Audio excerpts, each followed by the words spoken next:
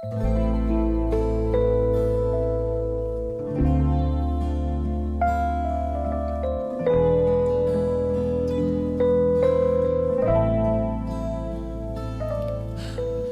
a tu pueblo, Señor. Perdona a tu pueblo, Señor. Perdona a tu pueblo, Señor. En el Evangelio de Lucas, capítulo 23, versículo 34, leemos: Padre, perdónanos, porque no saben lo que hacen. Es la primera de las 7 frases o palabras que Jesús pronuncia desde la cruz en el momento que estaba siendo crucificado. Desde la cruz, Jesús miró a una muchedumbre que profería blasfemias en contra de él. Vio también a las autoridades religiosas de Jerusalén que estaban agitando al pueblo en contra de él. Miró a los soldados, como dice Juan 19, que se repartían sus vestiduras y las echaban al azar.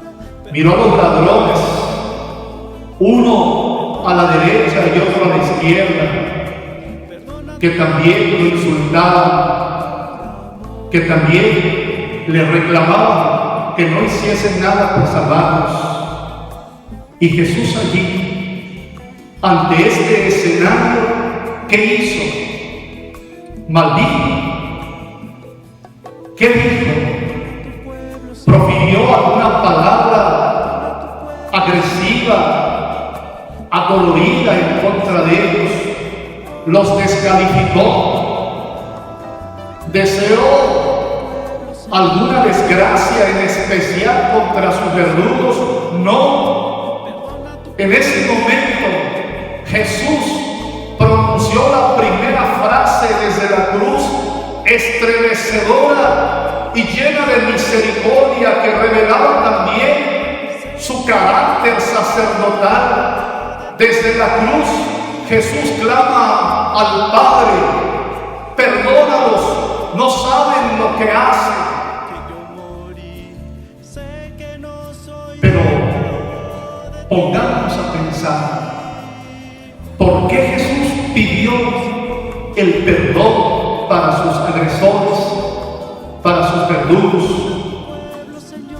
Uno, precisamente porque esa era la razón por la cual Jesús subió a la cruz, para el perdón de los pecados, para reconciliar al mundo con Dios y al mundo entre sí, para proclamar la misericordia de Dios que alcanzaba los corazones de todos los seres humanos, empezando por los pecadores. Dos, porque con estas palabras también el autor sagrado quería hacernos notar que se cumplía la profecía de Isaías 53:12. Tomó sobre sí nuestros pecados y pidió, intercedió por sus agresores. Tercero, porque justo en ese momento, cuando Jesús estaba por consumar su vida, fue consecuente, coherente hasta el final. Él, que le dijo a Pedro: no perdonarás solo 7 veces, sino hasta 70 veces 7. Es decir, perdonarás siempre, todo, a todos y de corazón. Pronunciaba desde la cruz esta frase que afirmaba y suscribía su actitud siempre, su ofrecimiento siempre del perdón, la reconciliación y el rostro misericordioso del Padre, que se reveló en sus palabras y en sus acciones con los pecadores, los pobres, los enfermos, las mujeres, los niños, los indefensos, los marginados, los rechazados, los solos. Porque esas palabras subrayaban la otra enseñanza que Jesús nos dio sermón de la montaña. Ama a tu enemigo, bendice al que te maldice, ora por quien te persigue. No es casualidad la frase, es la manera más hermosa y extraordinaria de terminar su paso entre nosotros en el anuncio del perdón, la misericordia y la reconciliación que el Padre en su querido Hijo Jesucristo nos está ofreciendo a todos nosotros. Padre, dice Jesús desde la cruz, aún en el dolor, aún en el suplicio, aún en la humillación, aún en la soledad de la muerte, Jesús no olvida su experiencia filial. No será el dolor, ni la humillación, ni el rechazo quienes hagan olvidar a Jesús el amor y la misericordia del Padre, que no se olvidará de su querido Hijo y al tiempo dará la respuesta. Perdónalos. Para perdonar, el primer paso es orar por los demás. Jesús ora por sus transgresores.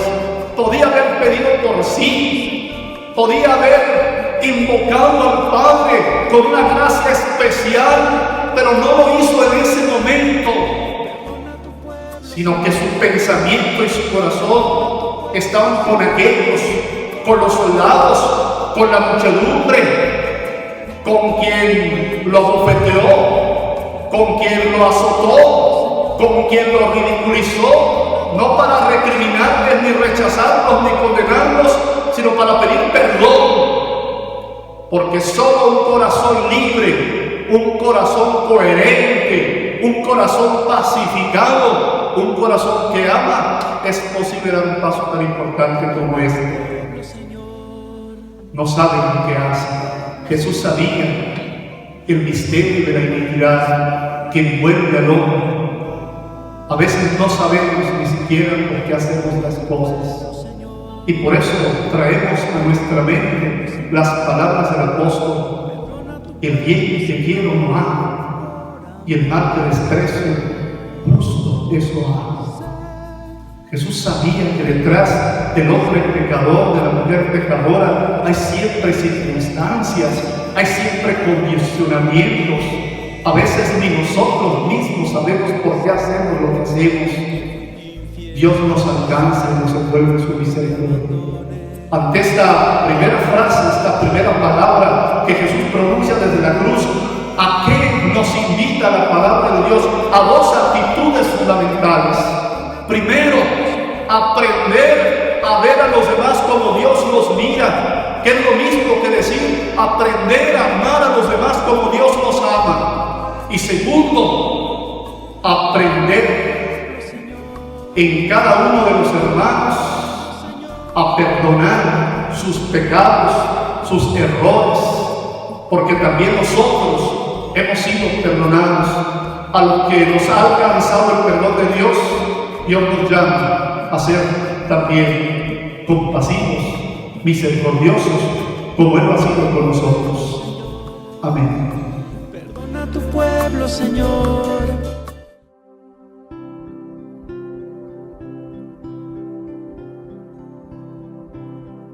Segunda palabra de Jesús en la cruz. Yo te aseguro, hoy estarás conmigo en el paraíso. Te comparto la palabra, el Evangelio según San Lucas. Uno de los malhechores colgados le insultaban: ¿no eres tú el Cristo? Pues sálvate a ti y sálvanos a nosotros.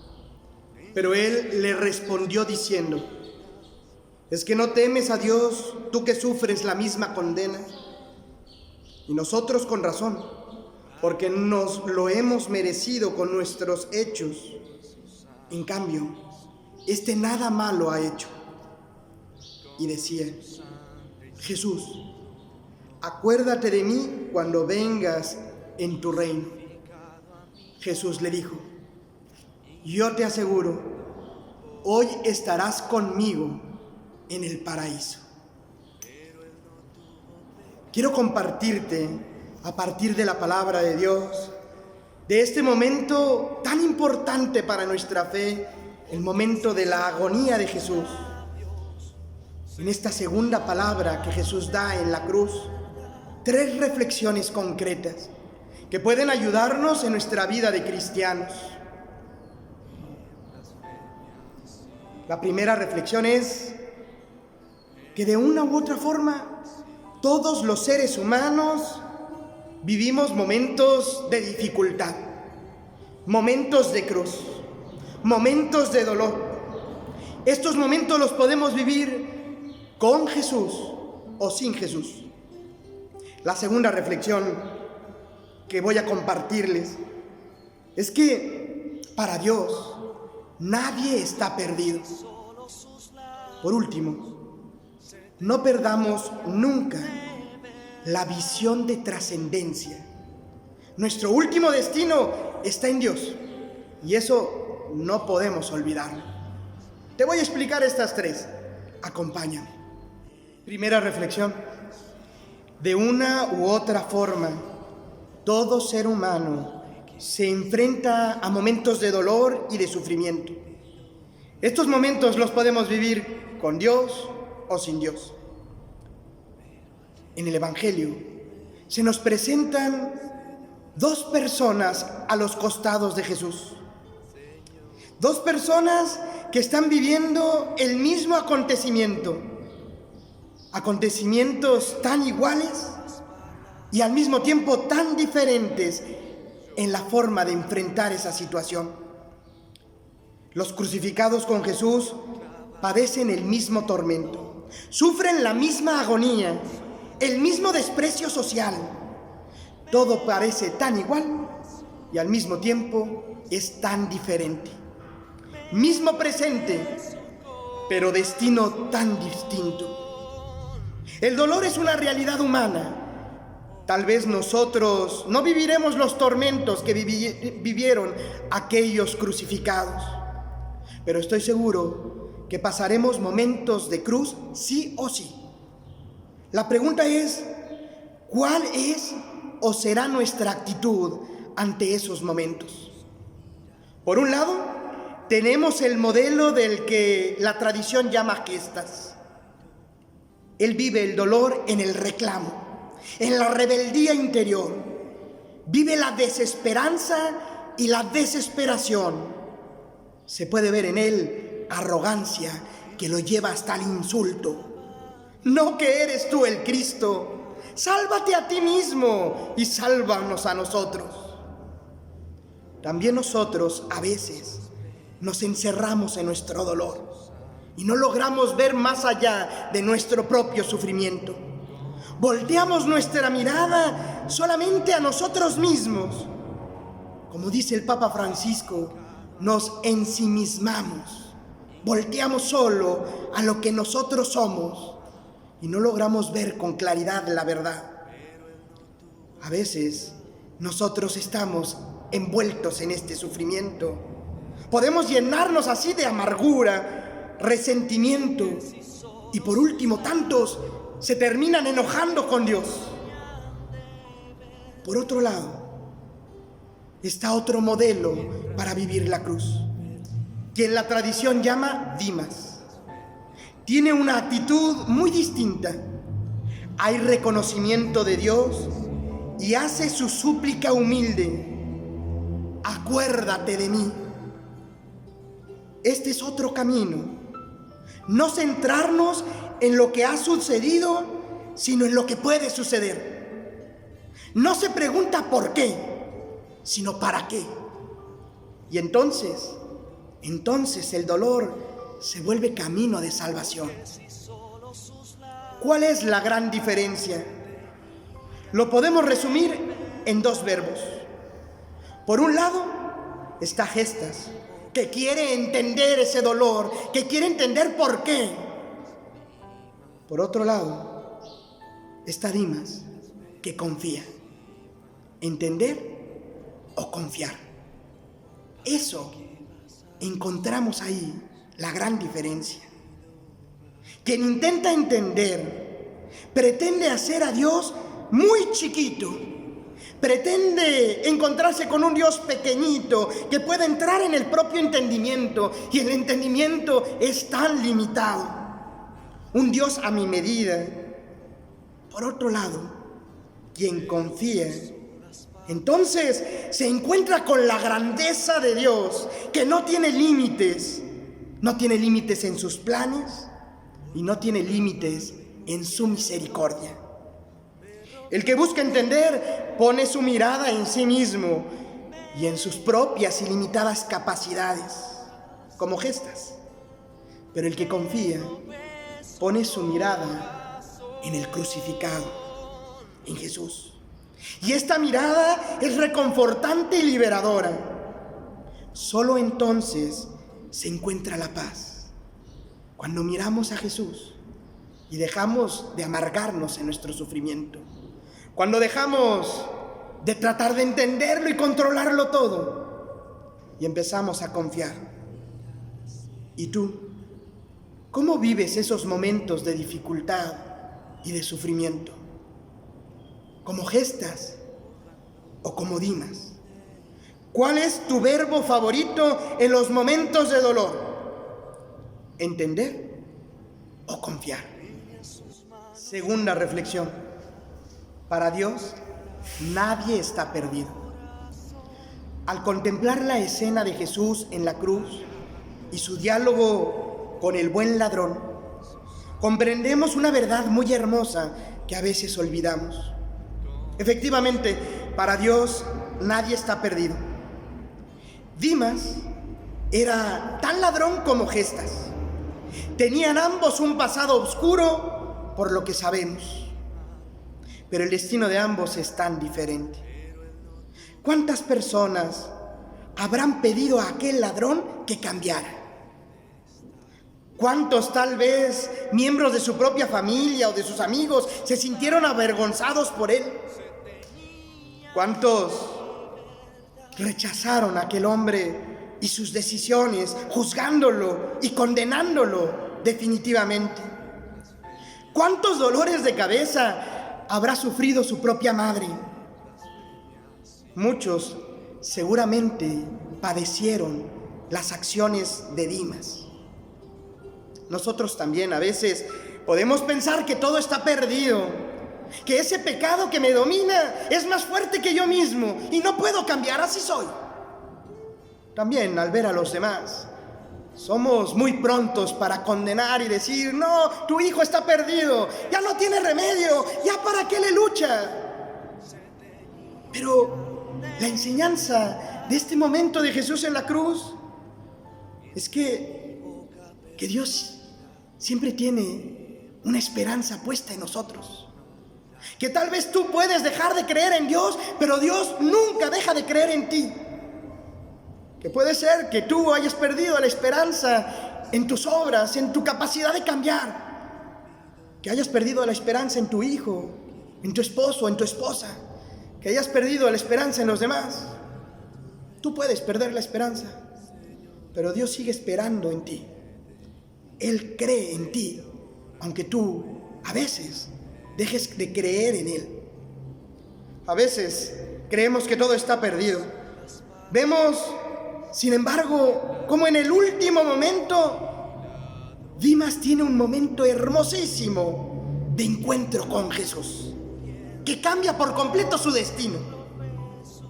Hoy mismo estarás conmigo en el paraíso. Aquí hay un llamado de esperanza. Dios tiene sus tiempos y siempre está llamándonos con misericordia. Nunca perdamos la esperanza en que nosotros podemos cambiar con la gracia de Dios. Y por favor, nunca condenes a nadie para siempre. Nadie está perdido de forma definitiva mientras tenga vida. Dios sale al encuentro de todos, siempre. Toca a la puerta de tu corazón, siempre. Por difícil que parezca el cambio, Dios está ahí, llamándote a cambiar. Dios siempre tiene más paciencia que nosotros mismos. Espera con divina diligencia y toca a la puerta de nuestra alma y no se cansa de tocar. Por eso, hermano, Él espera y sigue esperando en ti. Tú no estás perdido.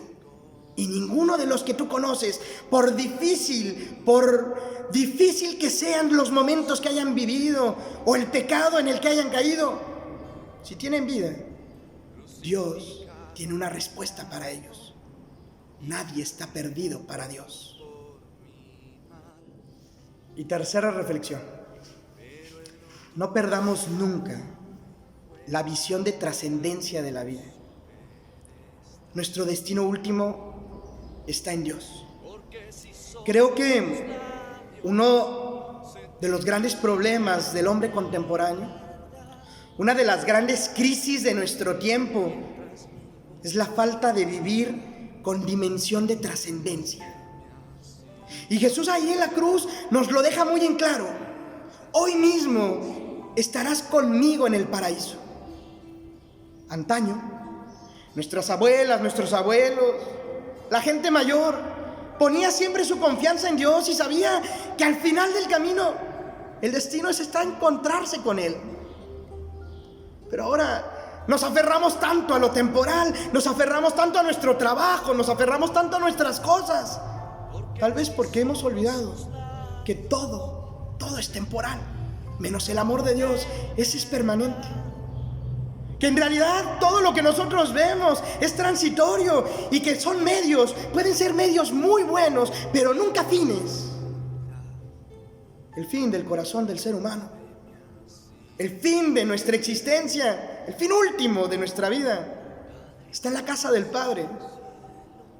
Y eso no es algo para el cual debemos de estar tristes, no, es una gran noticia. A veces me cuestiona cuando alguien muere y muere en paz. Hay gente que dice: pobrecito, pobrecito. Pero si está siendo llamado a la casa del Padre, si tuvo una vida recta, si creyó con fe firme, se le ha prometido salvación. ¿Cómo pobrecito aquel que puede encontrarse con el amor de los amores? ¿Cómo pobrecito aquel que puede conocer la verdad cara a cara y contemplar al Señor de la historia? No es pobrecito, es bendecido. Pobrecito nosotros cuando olvidamos cuál es nuestra meta. Pobrecito cuando queremos llenar nuestro corazón de estas cosas que tan fácil se acaban.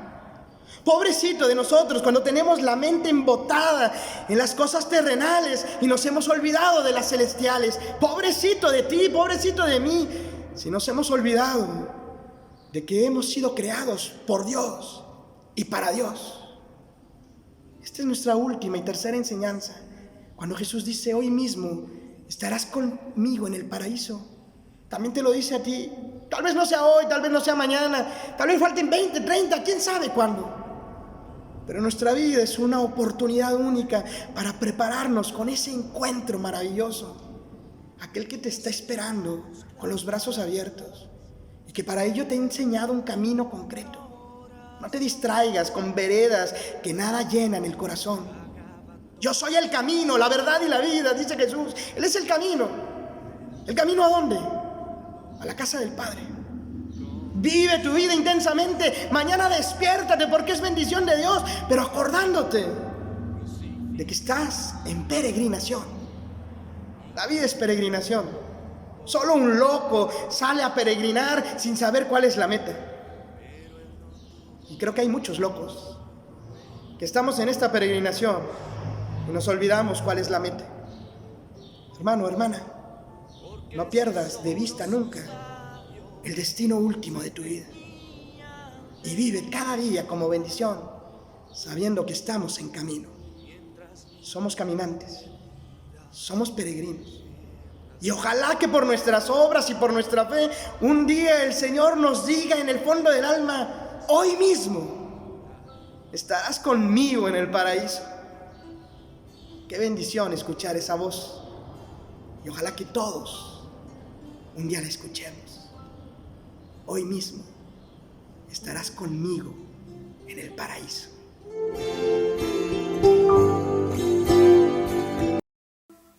Si se acaba el vino en tu vida hoy, ahí tienes a La tercera palabra de Jesús desde la cruz es una palabra que tiene que ver con la comunidad humana, la cual formamos todos.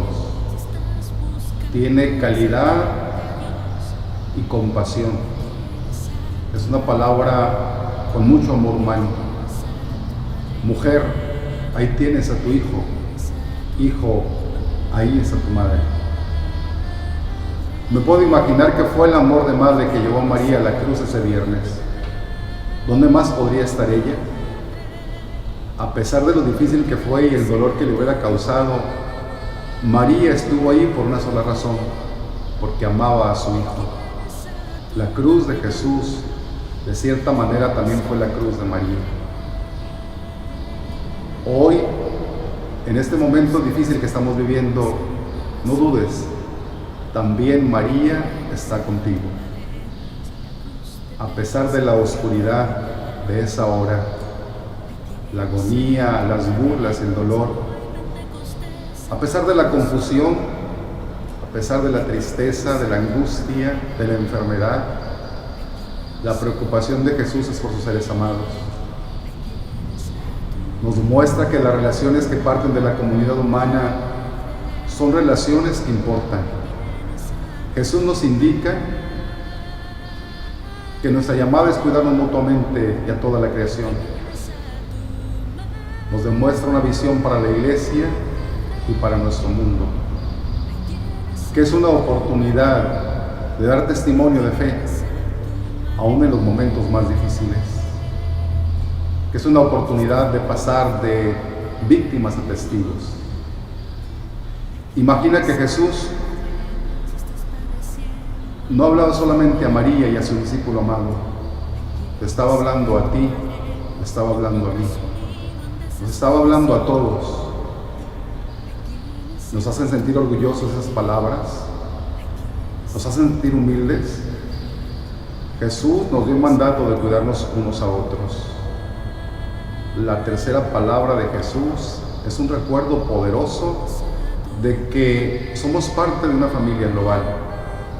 Una familia que en estos momentos necesita desesperadamente de todos nosotros amor en acción. Todos nos pertenecemos mutuamente. Unidos con María, hermanos de Jesús, discípulos amados que nos hemos llevado a María en nuestra casa como Juan, permanezcamos fieles y firmes en los momentos más difíciles. Permanezcamos también abiertos para atender las necesidades de los demás. Todos estamos interconectados. Si hay muros y divisiones como la pobreza, el racismo y otros asuntos, deben de ser desmantelados para no deshonrar nuestra tierra, nuestra internacionalidad, nuestra interculturalidad. Son obra de Dios y es el antídoto de la creación de la paz. Respondamos pues como discípulos amados, con firmeza y esperanza, con fe y con amor de unos con otros. No te sientas solo, no te sientas sola. A Jesús le interesa tu vida, María te acompaña.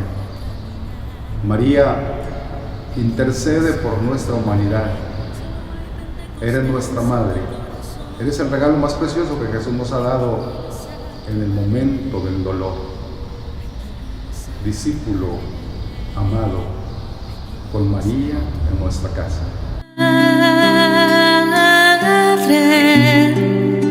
Ahí tienes a tu madre.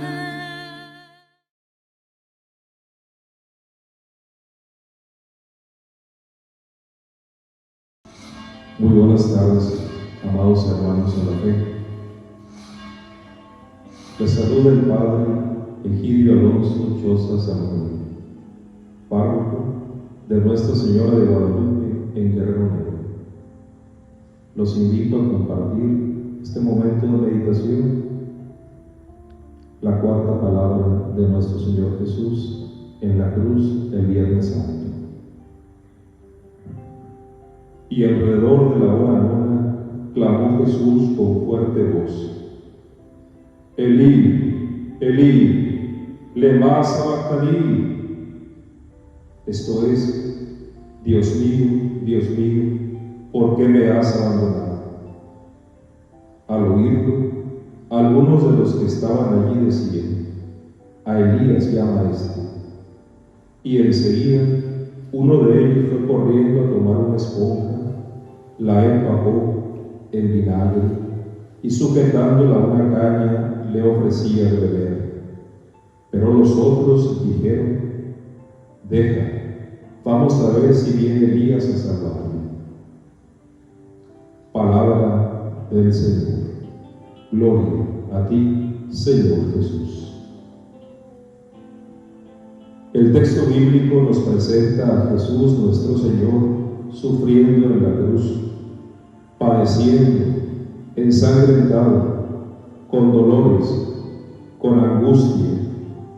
Nos revela su humanidad que comparte con cada uno de nosotros. También nosotros sufrimos, nos angustiamos, nos preocupamos, sangramos de igual manera, pero afirmamos que nunca estamos solos. Jesús lo sabe y lo sabemos también nosotros. Jesús clama con fuerte voz, pide ayuda, se manifiesta necesitado de ser socorrido. El Salmo 120 nos recuerda: en mi angustia clamé al Señor y Él me respondió. Por su parte, el Salmo 138 nos dice: aún no tengo la palabra en mi lengua y tú, Señor, ya la conoces. Así es, hermanos. Antes de manifestarle al Señor la ayuda que necesitamos y el auxilio que requerimos, Él ya está trabajando en aquello que le vamos a pedir, en aquello que nos va a dar. Nuestro Señor Jesús grita que se siente abandonado. Así lo experimenta clavado en esa cruz. De igual forma, hay ocasiones en las cuales también nosotros nos podemos llegar a sentir abandonados y olvidados, pero la realidad es otra. En Isaías 49, Dios nos dice: aunque una madre que ha llevado en su vientre a su hijo pudiera llegar a olvidarse del fruto de sus entrañas, Dios nunca se olvida de nosotros. Dios nunca se olvida de nosotros.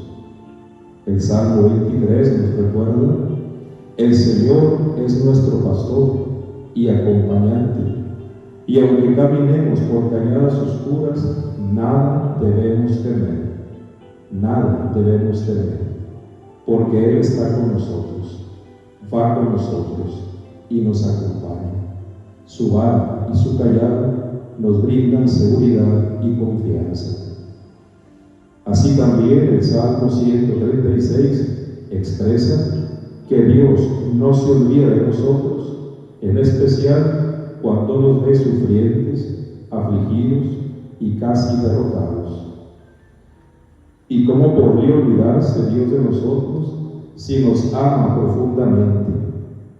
El evangelista Juan escribió que tanto amó Dios al mundo, tanto ama Dios al mundo, que dio a su Hijo unigénito para que el mundo se salve a través de Él. Dios es amor. Dios nos ha amado, Dios nos ama y Dios nos amará siempre. Resulta interesante la forma de comunicarse Jesús con Dios Padre, un lenguaje particular y especial de Él. Nos da a conocer esa relación especial, personal e íntima que tiene con su Padre del cielo. Padre que ha querido adoptarnos también a nosotros como sus hijos desde el momento de nuestro bautismo. Muchas veces no profundizamos ni valoramos este gran regalo de Dios Padre que hemos recibido sin merecerlo. El apóstol San Pablo en su carta a los Gálatas nos recuerda que al ser hijos e hijas de Dios, somos herederos del Padre bueno, de todo lo que Él es y posee por voluntad misma de Dios. Así pues, a ejemplo de Jesús, todos estamos invitados a tener una relación sólida con nuestro Padre Dios. En contraste con la persona de Jesús, Hijo de Dios, encontramos a aquellos que no aceptan su filiación divina, no se asumen como hijos e hijas de Dios. Hay algo que se los impide y descartan todo vínculo de paternidad divina, con todo lo que esto pueda llegar a significar e implicar. Lo vemos claramente en la lejanía de muchos de nuestros hermanos, lejos del mensaje que salva, lejos de la vivencia de los misterios de la salvación, lejos de la oración, lejos de su gracia, viviendo equivocadamente, sin saber cómo afrontar las situaciones exigentes de la vida, como aquel que corrió a empapar una esponja en vinagre para darle de beber a Jesús. Algunos otros, a pesar de ser testigos del poder de Dios, se sitúan en una postura irónica y falsamente retadora, fingiendo apostar a la probabilidad de que fuera el mismo profeta Elías quien rescatara a Jesús. Este mal crece en el hombre contemporáneo, quien es claramente testigo del brazo poderoso de Dios que actúa en el mundo y sin embargo toma esta verdad contundente, la manipula con ironía, con egoísmo, con soberbia, con vanidad, y llega a presentarla como mentira, y desafortunadamente muchos la reciben y la creen. Esta escena de Jesús sufriendo en la cruz, clamando a Dios Padre, nos hace recordar aquella parte de la carta del apóstol San Pablo a los romanos.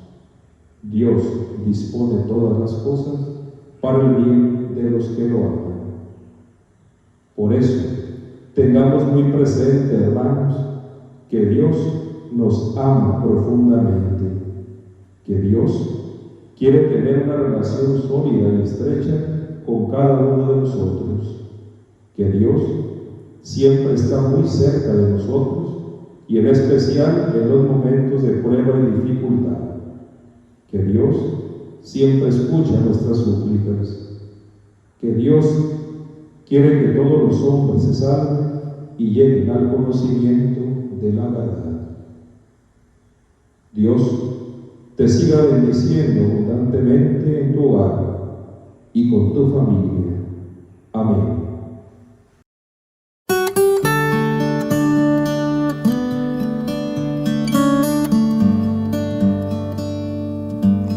Del Evangelio de San Juan.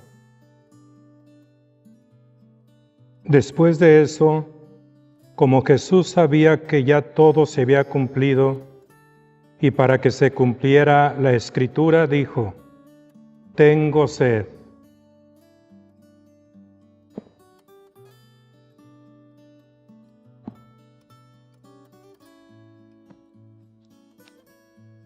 Tengo sed. Estas palabras de nuestro Señor Jesucristo están pronunciadas experimentando intenso sufrimiento y llenas de sentido, por lo menos a dos niveles. Primero, estas palabras de Jesús son captadas por los presentes de tal manera que, empapando en vinagre una esponja, la fijan en una caña y la acercan a su boca, y Jesús acepta el vinagre que aquellos hombres de corazón duro le ofrecen. Así se realizó lo que el Salmo 69 anunciaba: «En mi sed me dieron a beber vinagre», que por cierto acrecienta aún más la sed. Segundo, Jesús sabe que las Escrituras, las profecías mesiánicas, los designios divinos de salvación se han cumplido. Y dice, tengo sed. Ya en otra ocasión Jesús se había declarado sediento cuando dijo a la mujer samaritana, dame de beber. Jesús tenía sed y por eso pidió agua. Pero además de la sed natural, Jesús ardía en otra sed, en una sed profunda, más de dar que de recibir. Y por eso agregó inmediatamente, si conocieras el don de Dios, ¿y quién es el que te dice, dame de beber? Tú le habrías pedido y te habría dado agua viva. Y al final del diálogo, Jesús consigue que aquella mujer le pida, Señor, dame de esa agua, para no tener sed, ni venir aquí a sacarla. Aquí también, en la cruz, Él sabe, con su ciencia sobrenatural, que su misión está cumplida, la obra del Padre realizada, la salvación conquistada. Los frutos de su vida y de su sacrificio pueden ya derramarse sobre el mundo entero. Nada falta. Puede ya cumplirse la Escritura. Jesús tiene sed de ello y tiene sed de ti, de mí, de todos nosotros. Que le abramos el corazón, que le dejemos actuar en nuestra vida, teniendo presente lo que Él nos ha dicho. Si alguien tiene sed, venga a mí y beba. Jesús es el único que sacia los anhelos más profundos del hombre, y no las cosas materiales o los placeres del mundo. Pero la sed que más ahoga a Jesús en estos momentos es la de dar el mismo don de Dios, de entregar a los hombres el Espíritu Santo, prometido en las Escrituras, y conquistado con su misión ya cumplida y con su exaltación en la cruz. Estábamos invitados a compartir con Jesús la misma sed, sed de que el Espíritu Santo habite en el corazón de cada persona, de que cada ser humano, desde su concepción, sea el tesoro más preciado de nuestro mundo, sed de que Dios sea aceptado como Padre y de que sepamos tratar a todos como hermanos a fin de construir la justicia, el amor, la verdad en todo el mundo, en nuestra patria y en nuestras familias.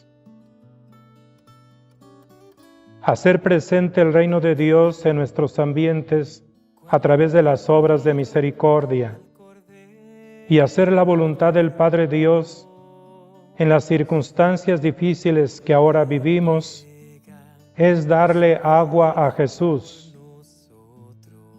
Entonces un día escucharemos, vengan benditos de mi Padre, tuve sed y me dieron de beber.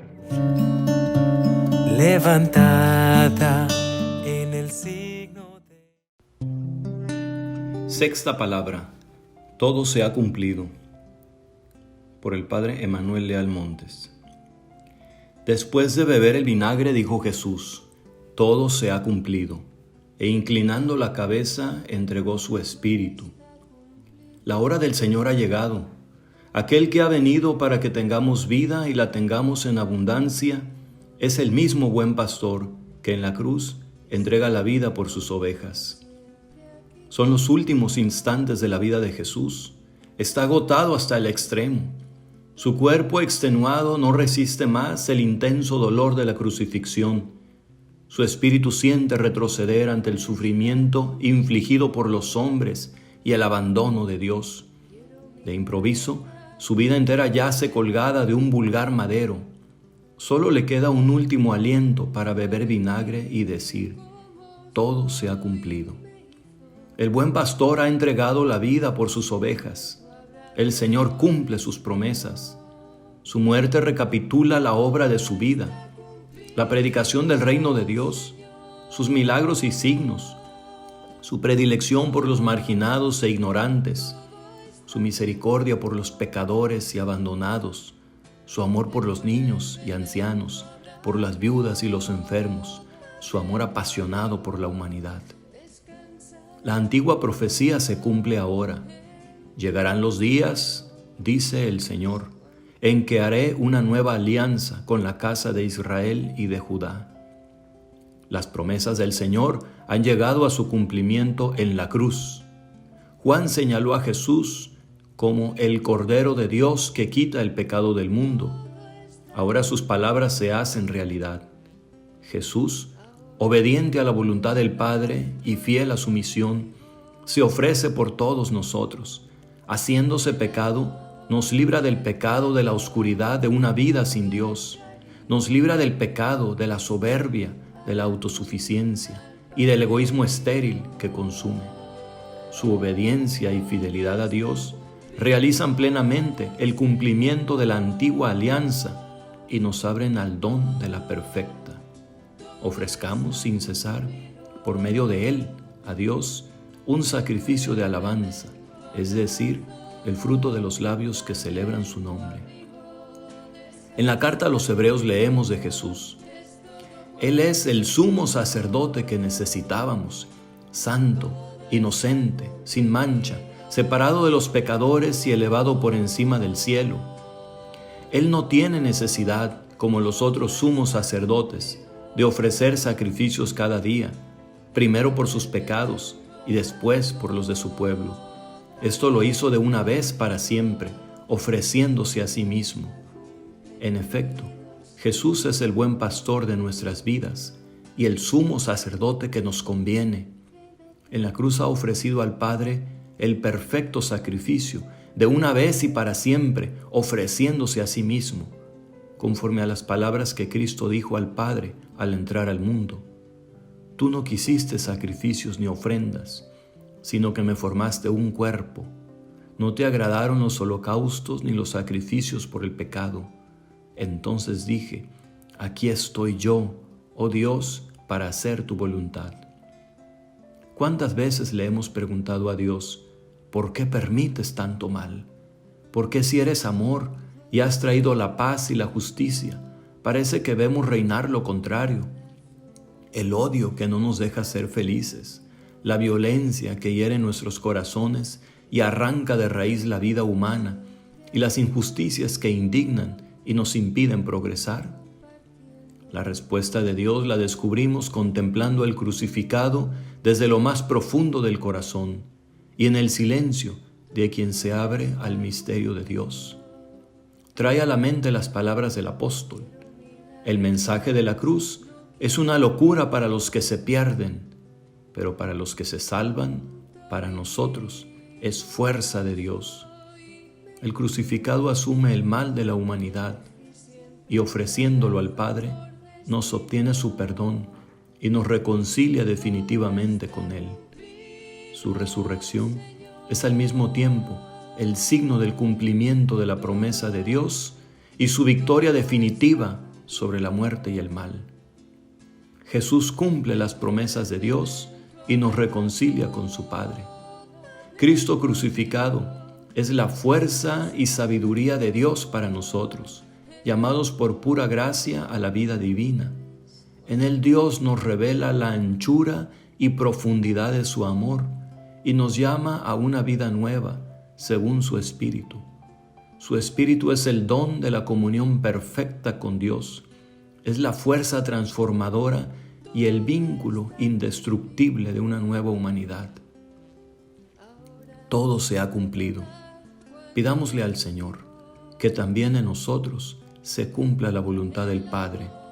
Pidamos su gracia para aceptarla con docilidad y el coraje para cumplirla en nuestra vida cotidiana.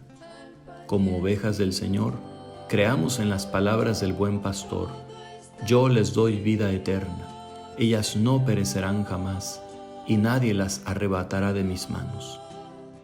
Todo está cumplido.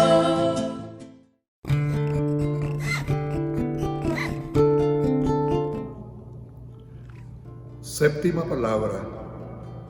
Padre, en tus manos encomiendo mi espíritu.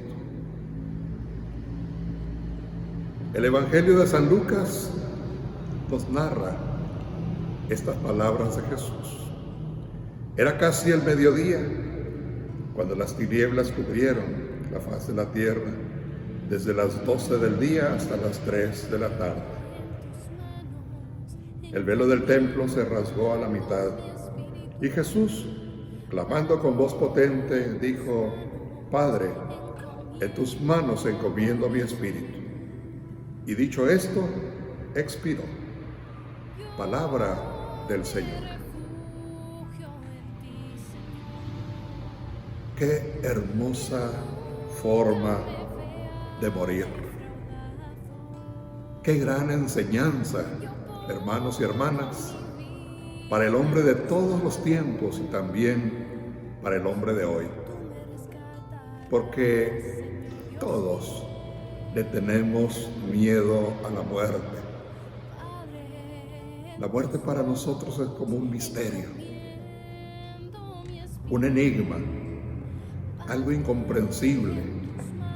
Es como perderlo todo, como disolvernos en el vacío, entrar en una noche sin fin.